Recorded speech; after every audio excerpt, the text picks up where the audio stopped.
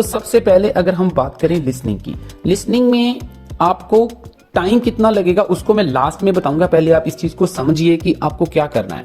देखिए जी, लिसनिंग जब भी आप किसी इंस्टीट्यूट में जाते हैं, कहीं पे भी जाते हैं, आपको बहुत सारे एक्सेंट्स जो हैं वो आने चाहिए। मींस आपको ऑस्ट्रेलियन एक्सेंट हो गया, आपको कोई भी एक्सेंट है, जैसे ऑस्ट्रेलियन होता है, अमेरिकन होता है, या कोई और एक्सेंट है, वो सारे एक्सेंट से आप फेमिलियर होने बहुत जरूरी हैं। अगर आप ये सारे एक्सेंट से फेमिलियर हैं तो आपको लिसनिंग की अंडरस्टैंडिंग होगी, अदरवाइज आपको अंडरस्टैंडिंग नहीं होगी। ठीक है। दूसरी चीज, आपका ग्रामर का बहुत बड़ा रोल होता है आपकी लिसनिंग में। आप लोग नहीं समझेंगे, मुझे पता, आप मुझे क्वेश्चन करेंगे सर ग्रामर का कोई रोल नहीं होता है। आप ब्लैंक सॉल्व करते हैं, एमसीक्यूज करते हैं, मैचिंग करते हैं, ये सारी चीजें जो है इंटरकनेक्टेड होती हैं ग्रामर के साथ। उसमें पास्ट, प्रेजेंट, फ्यूचर के जो टेंस होते हैं उसके ऊपर आपकी पकड़, मॉडल वर्ब्स के ऊपर आपकी पकड़, ब्लैंक्स में स्पेशली आपको जो पार्ट्स ऑफ स्पीच होते हैं जैसे नाउन, वर्ब, एडजेक्टिव, एडवर्ब, ये चीज़ें बहुत बहुत ज़्यादा इंपॉर्टेंट होती हैं जी। अगली चीज़, जब हम लिसनिंग करते हैं उसके बाद हमारे लिए वोकैबुलरी बहुत बड़ा रोल प्ले करती है, स्पेशली इडियोमैटिक एक्सप्रेशन। जब हम लिसनिंग सुनते हैं, आप लोग कभी ध्यान से सुनना, वो स्पीकर जो होते हैं बहुत सारे इडियोमैटिक एक्सप्रेशंस यूज़ करते हैं। आपको ये सारी चीज़ें इंप्रूव करनी पड़ेंगी अगर आपका स्कोर, आपका जो भी डिजायर्ड स्कोर है, अगर आपको चाहिए, चाहे आपको 6 चाहिए, 7 चाहिए, 8 चाहिए, 9 चाहिए, ये उस हिसाब से आपको इसकी प्लानिंग करनी पड़ेगी। ठीक है। जैसे हम इसकी वोकैबुलरी की बात कर लेते हैं, जैसे सिनोनिम्स काफ़ी इंपॉर्टेंट होते हैं, जैसे वो एनिमल को स्पीशीज बोल सकते हैं। फ्रेजल वर्ब्स बहुत ज़्यादा इंपॉर्टेंट होती हैं, जैसे मैंने एग्जांपल लिखा है ब्रिंग अप। ब्रिंग का मतलब होता है कोई चीज़ लेके आना, लेकिन अगर ब्रिंग के साथ अप लग गया तो वो फ्रेजल वर्ब बन जाएगी, और इसका मतलब क्या होता है, पालन पोषण करना। तो अगर आपको ये नहीं आता है तो भाई आपको कहाँ से आंसर मिलेंगे। ठीक है जी। उसके बाद नेक्स्ट चीज़ है आपका स्पेलिंग बहुत ज़्यादा इंपॉर्टेंट होते हैं लिसनिंग में। चाहे आपने आंसर सही सुन लिया है, लेकिन अगर आपकी स्पेलिंग गलत है तो आपका आंसर गलत कंसिडर किया जाएगा। और लास्ट में स्पीड जो है लिसनिंग की, आपको डिफरेंट स्पीड्स के ऊपर प्रैक्टिस करनी चाहिए। कभी लिसनिंग थोड़ी फास्ट भी आ जाती है, तो आपको कहीं से भी आ जाए, आप उसको डील करने की कैपेबिलिटी रखते हो। उसके बाद हम नेक्स्ट मॉड्यूल की तरफ बढ़ते हैं, वो मॉड्यूल है रीडिंग में सबसे इंपॉर्टेंट चीज़ है आपकी ट्रांसलेशन। आपके जब भी आप रीडिंग स्टार्ट करते हो तो आप खुद चेक करिए कि आपके अंदर इस रीडिंग टेक्स्ट को ट्रांसलेट करने की एबिलिटी है या नहीं है। कम से कम 50% टेक्स्ट जो है वो आपको समझ में आना चाहिए। मैं ये नहीं कर रहा हूँ कि आपको एक एक वर्ड 100% समझ में आना चाहिए, अगर नहीं भी आ रहा है कोई प्रॉब्लम नहीं है, लेकिन कम से कम 50% आपको आना बहुत जरूरी है। दूसरी चीज है क्वेश्चन की अंडरस्टैंडिंग। अगर आपकी क्वेश्चन की अंडरस्टैंडिंग ही नहीं है, आपको पता ही नहीं है कि आपको टेक्स्ट में जाके फाइंड आउट क्या करना है, आपके क्वेश्चन की डिमांड क्या है, आपको नहीं समझ में आता, तो आपसे रीडिंग नहीं हो पाएगी। और उसके बाद क्वेश्चन की जो अंडरस्टैंडिंग होती है उसके साथ आपकी ग्रामर का बहुत बड़ा रोल होता है। नाउन, वर्ब, एडजेक्टिव जो स्पेशली ब्लैंक सॉल्व करने के लिए, ये जो मैं बता रहा हूँ, इसके बिना आप ग्रामर के बिना ये कभी भी ब्लैंक सॉल्व नहीं कर पाएंगे। आप जो लोकेशन आपको मिलेगी उसके आसपास इधर उधर घूमते रहोगे, लेकिन आंसर नहीं मिल पाएगा। उसके नेक्स्ट इंपॉर्टेंट चीज है अंडरस्टैंडिंग के लिए आपकी पंक्चुएशंस।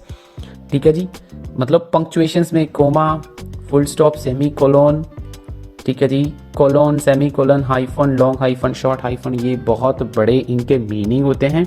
अगर आपको ये नहीं आते हैं तो प्लीज इसको सीख लीजिए, फिर आप टाइम की बात करना। उसके बाद रेफरेंसिंग बहुत ज़्यादा इंपॉर्टेंट होती है। रेफरेंसिंग क्या होती है? रेफरेंसिंग होती है कि अगर टेक्स्ट में एक बड़ा सा सेंटेंस लिखा होता है, उस पूरे सेंटेंस को आगे वो रेफर कर देते हैं कुछ छोटे वर्ड्स लगा के, तो वो आपको अगर नहीं आते तो आपको रेफरेंसिंग सीखनी पड़ेगी।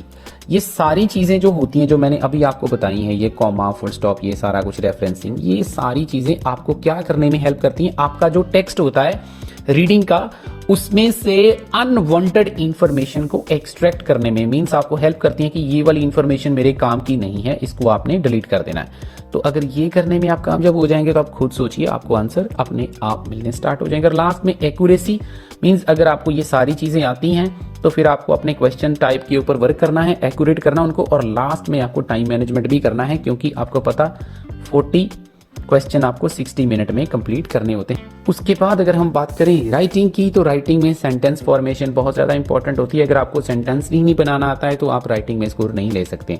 सेंटेंस बनाने के लिए चाहिए ग्रामर, और ग्रामर में कौन कौन सी चीज़ें, जैसे टेंस है, मॉडल वर्ब्स हैं, पंक्चुएशंस हैं, कॉम्प्लेक्स कंपाउंड सेंटेंस क्या होती हैं, ये सब चीज़ें आपको आनी चाहिए। अगर आपको ये नहीं आती हैं तो प्लीज़ आप आइल्स इंस्टीट्यूट को छोड़ दीजिए और पहले इस चीज़ के ऊपर वर्क कीजिए।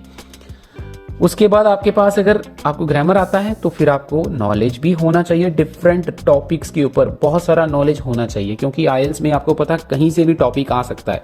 एम्प्लॉयमेंट, क्राइम, एजुकेशन, ये कुछ मैंने एग्जांपल्स लिखे हैं। इसके अलावा भी बहुत सारी जो टॉपिक्स होते हैं वहाँ से कहीं से भी वो क्वेश्चन बना के आपको डाल सकते हैं। तो आपको क्या करना है, आपको ये सारे नॉलेज पहले इकट्ठी करनी है, ठीक है। चाहे आप ड्यूरिंग द प्रैक्टिस कर लो या आप आईएलटीएस शुरू करने से पहले ये वाले टॉपिक्स के ऊपर रिसर्च करना शुरू कर दो, आपको पढ़ना पड़ेगा, ठीक है जी। और लास्ट में मैं बताना चाहूँगा राइटिंग के लिए सबसे इंपॉर्टेंट चीज़ है स्ट्रक्चर। स्ट्रक्चर आपका टीचर आपको बता सकता है स्ट्रक्चर्स क्या होते हैं, कौन सी, आपको सपोज करो ये सारी चीज़ें आती हैं, आपको नॉलेज भी है, आपको ग्रामर भी आता है, लेकिन अगर आपको स्ट्रक्चर नहीं आते, स्ट्रक्चर का मतलब है कि आईएलटीएस में 7 to 8 टाइप के जो एसेज आते हैं, अगर आपको स्ट्रक्चर नहीं लिखना आता है, कौन सी चीज़ कहाँ लिखनी है, तो आपके बैंड दोबारा से नहीं आएंगे, चाहे आपको सारा कुछ आता है, ठीक है जी। उसके बाद लास्ट में हम बात करते हैं स्पीकिंग की।